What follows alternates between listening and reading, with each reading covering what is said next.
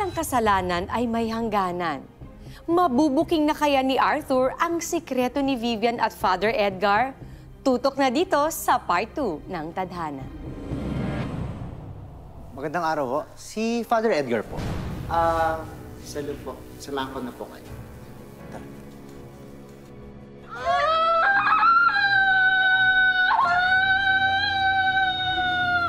Father? Vivian?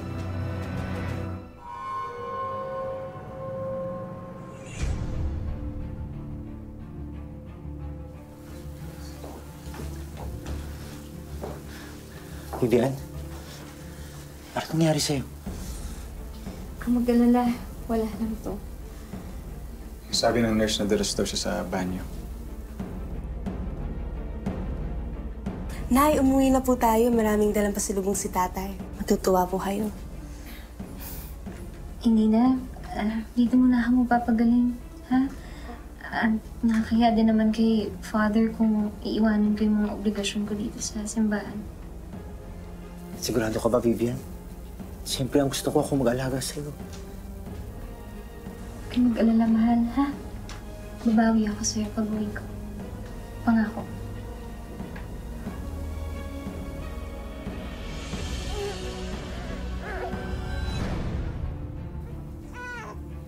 Oh, bakit? Wala naman. Parang may narinig lang akong iyak ng bata.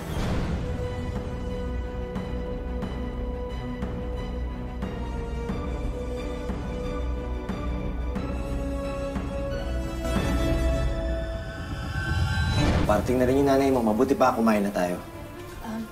Sana magustuhan niya yung mga handa natin na paborito niya. Sigurado ako lahat o gusto niya. Sige, nakain na. Oh, nasa pa yung nanay mo. Vivian! Dito na ako! Tsaka na pala. Kamusta ka? Hello, Nay! Oh, Vivian, karin ng Vivian.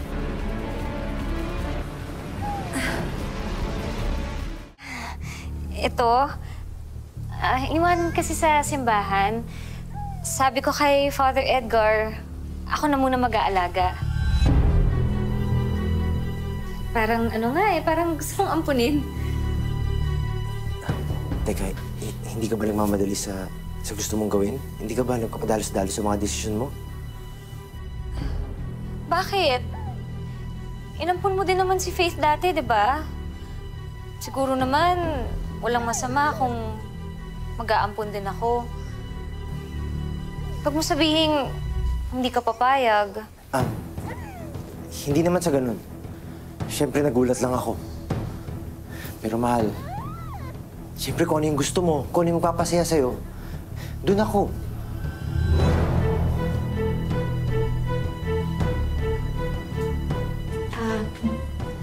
Nay, ano yung papangalan natin sa kanya? Oliver. Oliver ang pangalan niya. Hi, Oliver. Mabuti pa kumain na muna tayo. Alam kong pagod ka. Tara, Nay. Ay, ipapasok ko na lang muna siya sa kwarto. Pagpapahingayin ko na muna. Ha? Nice. Maka niya yung bags. Sige.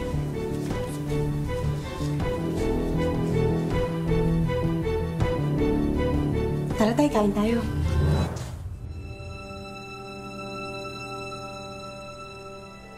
Ano ka ba? Nakailang dasal na ako, hindi ka pa rin tapos magdasal. Ulit ko kasi yung dasal ko. Tagal ko na kasing pinagdadasal yun eh. Kaso parang ayaw pa niya ibigay. Ano bang dinadasal mo?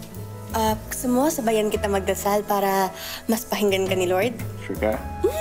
Sige. Pinagdadasal ko na sana sagutin na ako nung nililigawan ko. Ilang buwan na rin kasi ako nanliligaw eh. Mukhang wala pa yata akong pag-asa. Hoy, ano ka ba? Hindi ka na nahiya kay Lord, oh. Dito ka pa bumabanat. Sige na nga. Uwi na tayo. Bukas na lang ulit ako magdadasal. Tara. Teka lang. Bakit? Wag na. Huwag ka na magdasal. Bakit? Kasi sinasagot na kita. Ha?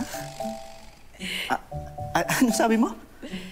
Sabi ko sinasagot na kita. Talaga? Girlfriend na kita? Oo. Yes! Maingay. Sorry, Lord. And thank you, thank you.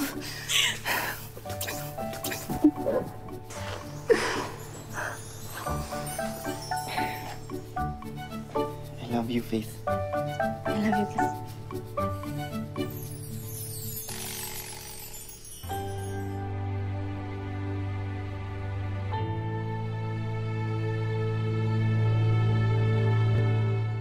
Baby Oliver! Halika na kay Mommy! May lakas din. Ay, Father, pasok ko kayo. May dala akong gatas siya diaper para kay Baby Oliver. Maraming salamat to, Father, ha? Pwede ko ba siyang makarga? Oo naman, Father, oo naman. Oh. Sige naman, sige.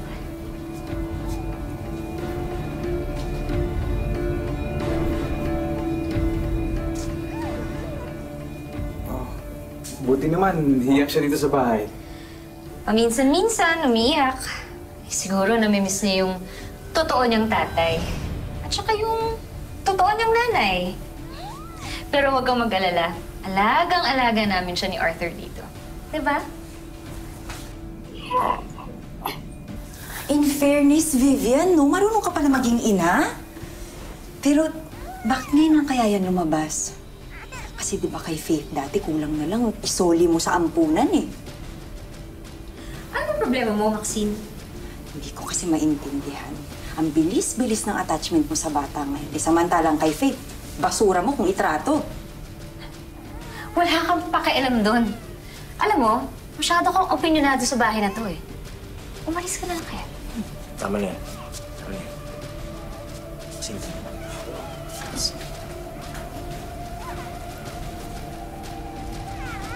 Father, excuse me. Vivian, kayo lang sa kusina to. Father.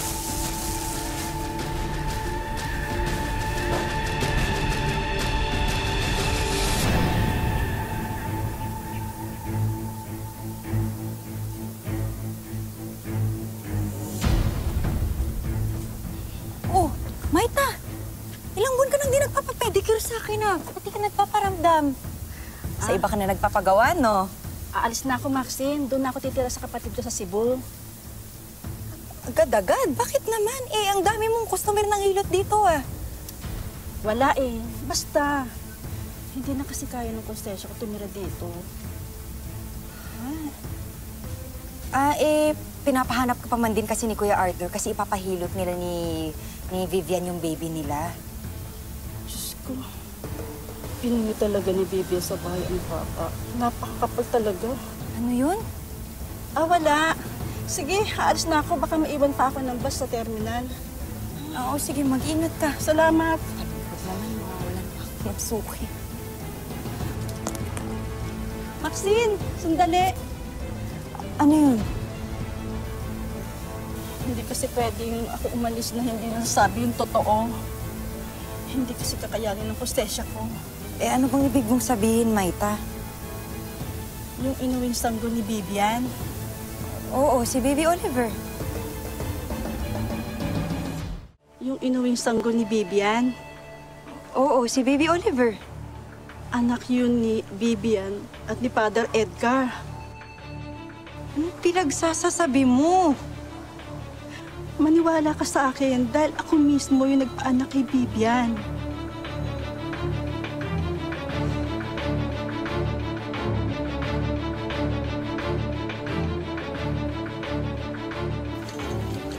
Pasyal na yan with Mami.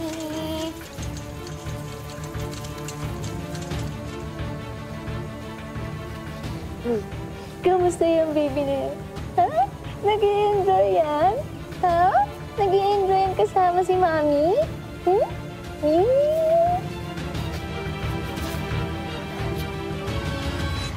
Oh, ano naman ginagawa mo dito, ha? Ang ganda-ganda ng araw ko. Naku, sinisira mo na naman. Alam mo, sa lahat ng makasalanan, ikaw pa talaga yung labas ng labas. Ano pinagsasabi mo? Alam ko na yung totoo. Dahil sinabi sa akin ni Maita lahat. Alam ko na yung relasyon niyo ni Father Edgar at alam kong yung anak niyo yan si Baby Oliver. Anong klaseng tao ka, ha? Gaano ka kalandi para magpakamot ng kate mo sa pare? Bastos ka! Ha? Ganun? Mas bastos ka! Ganun na? Di mo nito. Ha? Halika dito! Ano? Halika dito! Alam mo, ikaw matagal na ako! Gigil na gigil sa yung babae ka! Ha? Halika dito! Ikaw? Kahit aray ko nalan, ha? Pagpapita ka sa buhay mo eh! Alam mo, ikaw matagal na ang gigil na gigil sa yung babae ka! Ha? Ako matagal na ang gigil na gigil sa'yo! Ha? Ha? Vivian! Maxine! Halika dito! Alam mo, ikaw, kahit si Satanas, mahihiya sa kalandian mong babae ka! Maling ka! Vivian! Vivian! Kayo nga! Tama na! Ano ba nangyayari dito? Eh, ba't hindi mo kausapin? Ba't hindi mo tanongin yung malandi mo kasawa, ha? Ano ba pagsasabi mo? Inamin sa akin ni Maita lahat, kuya. May relasyon niyang babae niyan at si Father Edgar. Sinungaling ka! Hindi! Kaya ka pala naglilingkod sa simbahan para makapaglandian kayo! Sinungaling! Sinungaling! At hindi lang yan, kuya. Yang si Baby Oliver, anak nilang dalawa ni Father Edgar yan! Ano? Arthur, huwag ka maniwala sa kanya. Alam mo, hindi ko kayang gawin yun. Mahal na mahal kita. Hindi kita kayang lukuhin. Kahit ang dami mong pagkukulang sa akin, di ba hindi naman ako umalis? Hindi naman ako nagloko, di ba? Kuya, huwag kang maniwala sa babaeng yan. Pinapaikot ka na niya, oh! Hoy! Hoy! Hoy! Hoy! Hoy! Ikaw, ha? Naniniwala ka sa pinagsasabi ni Maita? Ha? Eh, alam naman ng buong bayan, ha? Natsismosa yung babaeng yun. O pues, kung totoo yung sinasabi ni Maita, ha? Eh, di papuntahin mo dito para magkaalaman kung sino nagsasabi ng totoo. Asan? Ha? Asan si Maita? Ang sabihin mo, nakahanap ka ng paraan para siraan ako kay Arthur. Arthur, please. Maniwala ka sa akin. Hindi kita kayang lukuhin. Ha? Mahal na mahal kita eh. Hindi ko gagawin sa'yo yun. Maniwala ka sa akin, ha? Kuya, huwag kang maniwala sa babae na yun. Pinapaikot ka na niya, oh! Masyadong mabigat yung binibintang mo sa asawa ko. Asan ang prueba mo? Asan si Maita? Umuwi siya, kuya. Umuwi siya ng probinsya. Tignan mo na. Umuwi. Bakit? Dahil hindi niya kayang pangatawanan yung chismis niya. Maxine, kung nilerespeto mo pa ako bilang kuya mo, umalis ka na. Halika na. Kuya, huwag kang magpakataka sa babae na yan!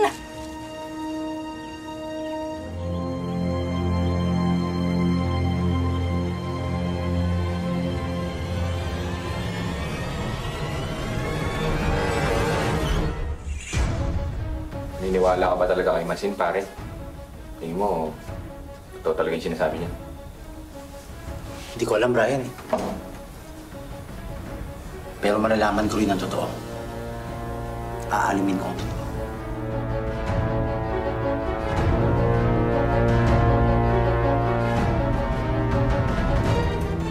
Ang kutob minsan mali, pero madalas ay tama. Kaya si Arthur nagkabit na ng hidden camera. Mamayang gabi pa uwi sila, Arthur. At saka siguro okay na rin na dito tayo mag-usap. Eh, baka mamaya may makakita sa atin sa labas eh. Hindi ko na alam kung anong gagawin ko, Vivian. Gulong-gulo na ako eh. Paano ko malaman ng mga tao to? Paano ko malaman ni Clarence? Alam mo, huwag na muna natin isipin yung mga problema. Ang importante, kasama tayong dalawa, masaya tayo at mahal natin ang isa't isa.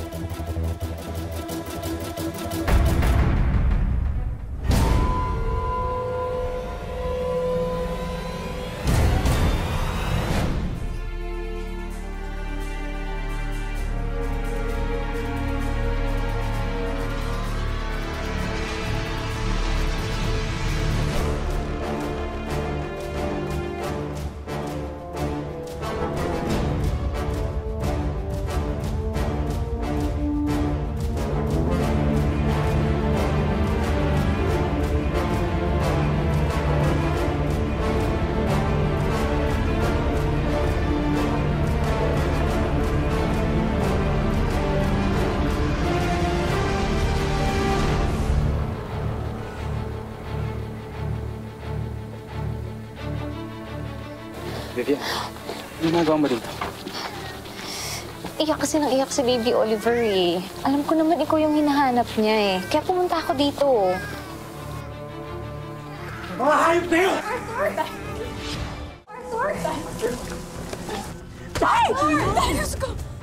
Anong klaseng alagad ng Diyos?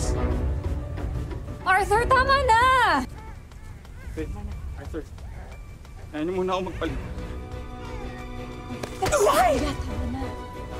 Alagad ka ng Diyos, di ba? Pero ikaw ang unang bumali sa utos niya! Kuya, tama na! Tama na!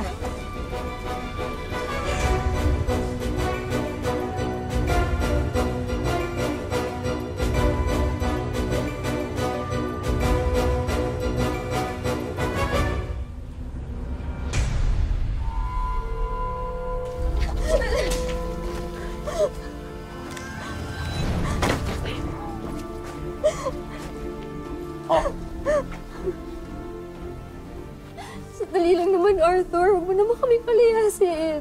Usap muna tayo, please. Wala na tayong dapat pag-usapan pa. At hindi na ako papayag na paikutin mo ulit ako! Pero Arthur, wala kami pupuntahan ni Baby Oliver. E di sumama kayo kay Edgar! Magsama kayo sa impyerno! Sana alam mo na hindi lang ako may pagkukulang dito. Ang dami mo rin pagkukulang. Hindi lang ako basta-basta nagloko, Arthur! Kukulang? Anong pagkukulang? Lahat ng gusto mo binigay ko! Umalis ka na sa buhay ko. Umalis ka na sa buhay namin!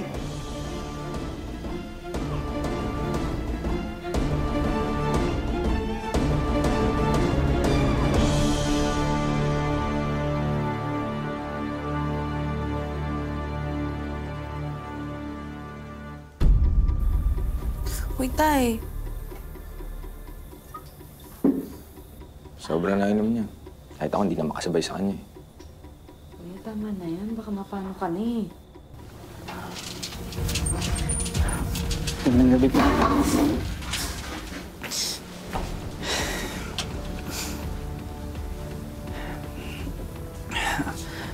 Nandito po ako para humingi ng tawad sa nangyari sa inyo ni Kuya.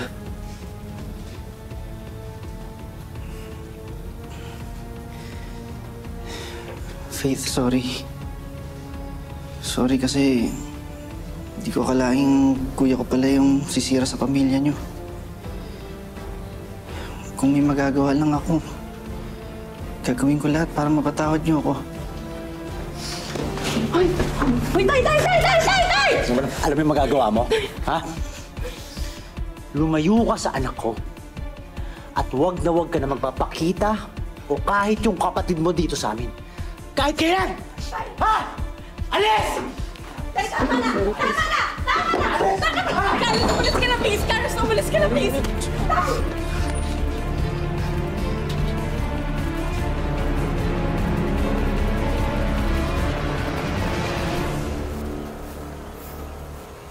Salamat, binigyan mo ako ng oras. Clarence, alam ko nagkamali ako. Pati ikaw nadadamay sa kasalanan ko. Nagkamali yung kuya mo, Clarence. Naging mahina ako eh.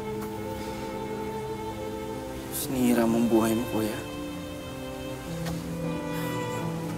Dahil sa Vivian na yun? Anong klaseng tao ka, Kuya? Clarence. Pwede lang, takwil na kita eh. Clarence, huwag naman ganun. Tinakwil na ako ng simbahan, pati ng bayang to eh. Clarence, alam ko nagkamali ako. Pati naman ikaw, huwag mo naman akong talikuran. Kuya mo ako.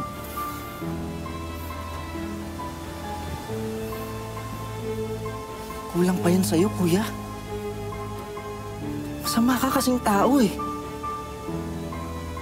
Sana hindi na lang kita naging kapatid.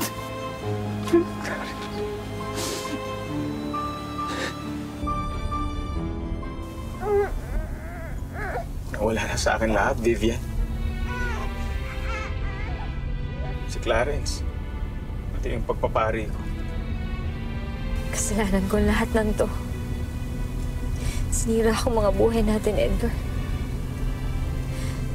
Pero, wala na tayong magagawa eh. Nandito na tayo. Basta pangako ko sa'yo, hindi kita iiwanan. Pati itong si Baby Oliver. Edgar, may sasakyan!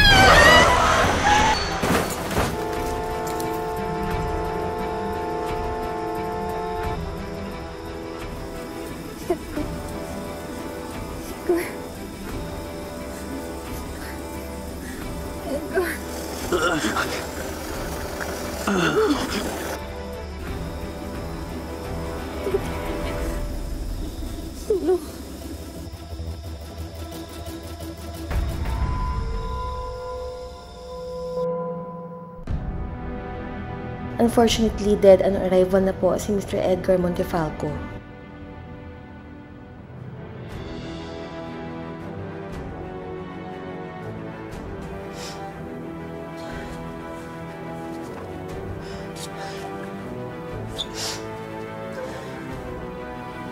Kuya.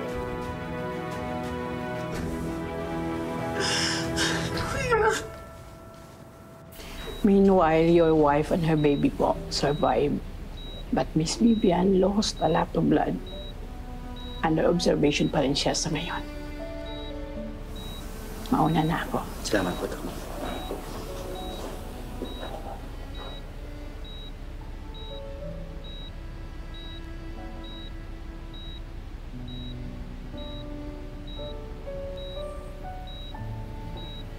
Ito na ata ang karma sa lahat ng kasalanan ko sa'yo. Vivian, huwag ka na muna magsalita. Mahina ka pa eh. Hindi ako magtatagal, Arthur.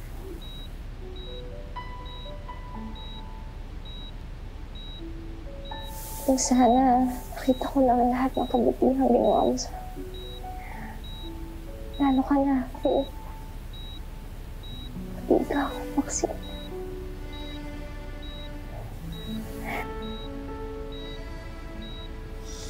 Kasalanan ko to. Pero si Baby Oliver, wala kang kasalanan si Baby Oliver. Kaya sana alagaan siya. Alagaan mo si Baby Oliver.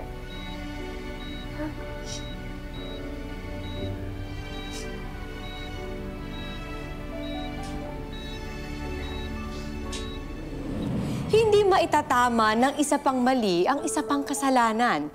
Hindi man madali, sa huli ay tinanggap pa rin ni Arthur si Baby Oliver na inosente sa mga kasalanan ng kanyang mga magulang.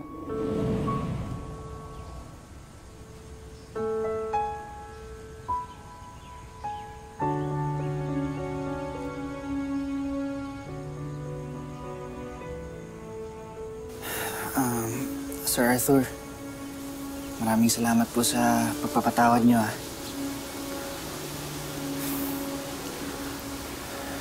Clarence, wala ka namang kasalanan eh. Patawarin mo ako kung nadami ka sa galit ko, Magsisimula tayo ulit. Alam kong mahirap pero